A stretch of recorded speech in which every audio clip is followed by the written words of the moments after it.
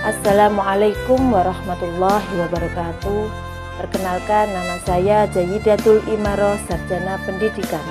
Saya calon guru penggerak dari Kecamatan Brondong, Kabupaten Lamongan. Pada tugas modul 1.1.A.6, saya akan menyampaikan demonstrasi kontekstual pemikiran Ki Hajar Dewantara dalam infografis sebagai berikut. Kunci utama mewujudkan manusia yang beradab. Menurut Ki Hajar Dewantara, untuk menciptakan manusia Indonesia yang beradab, maka pendidikan menjadi kunci utama untuk mencapainya. Pendidikan dapat menjadi ruang berlatih dan bertumbuhnya nilai-nilai kemanusiaan yang dapat diteruskan dan diwariskan dari generasi ke generasi. Filsafat pendidikan Ki Hajar Dewantara.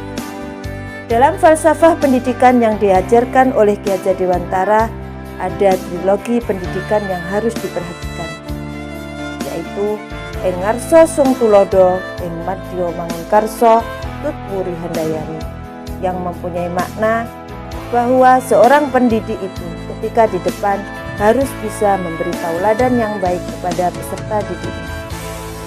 Ketika di tengah, seorang pendidik itu harus mampu membangkitkan, harus mampu menggali potensi yang ada pada diri anak.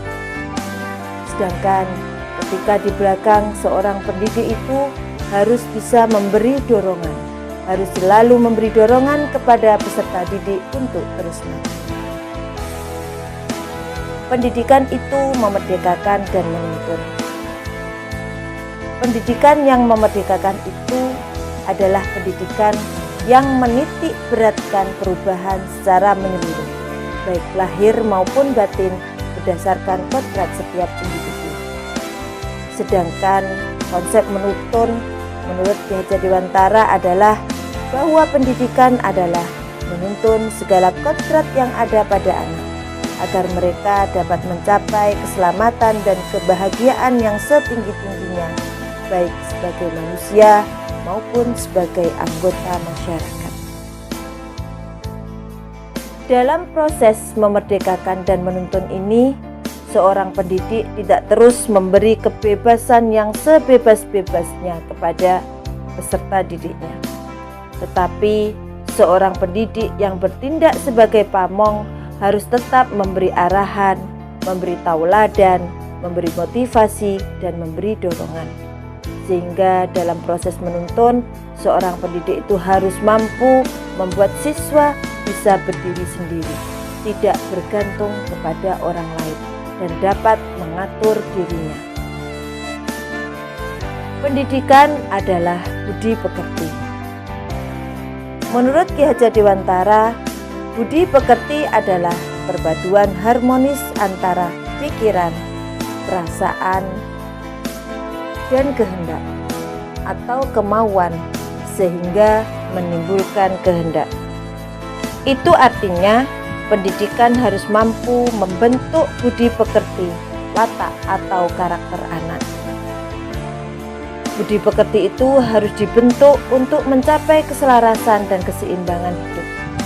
Sehingga tugas kita sebagai pendidik harus bisa memberi tauladan yang baik dengan harapan siswa dapat meneladaninya demi membentuk karakter siswa.